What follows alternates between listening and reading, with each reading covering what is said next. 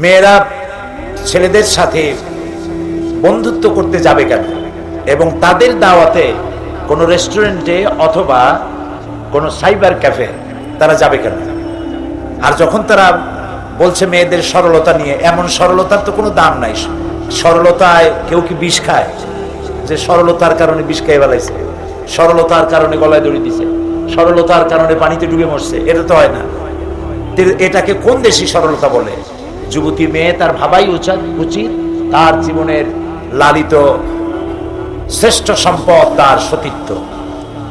সেটি যত বড় যার সাথে টেলিফোনে কথা হোক আর ক্লাসমেট হোক, তাকে বন্ধু বানায়া তার সাথে এই সমস্ত জায়গায় গমন করার অর্থই হলো সরলতা নয়, বরং নিজে জেনে বুঝে এই বিপদ ঘাড়ে করে নিয়েছে। এটি ঢাকা বিশ্ববিদ্যালয় সহ বিভিন্ন বিশ্ববিদ্যালয় এগুলি আমরা শুনতে পাই।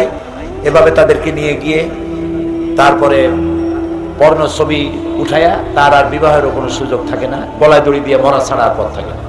কাজে এর থেকে বাঁচার একমাত্র উপায় হলো ছাত্রী জীবনে কোনো ছেলেদের সাথে অবৈধ প্রেমে লিপ্ত না হওয়া, এটা মনে রাখা দরকার। মেয়ে হিসেবে যখন জন্মগ্রহণ যারা করেছেন, একজন পুরুষ সাথী আল্লাহ তার জন্য বৈধভাবে জোড়া রেখেছেন।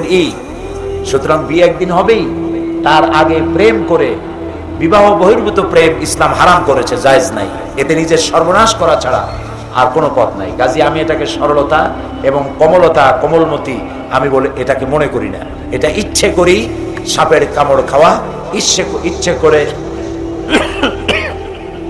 গর্তে পড়ে আত্মহত্যা করার স্বামী।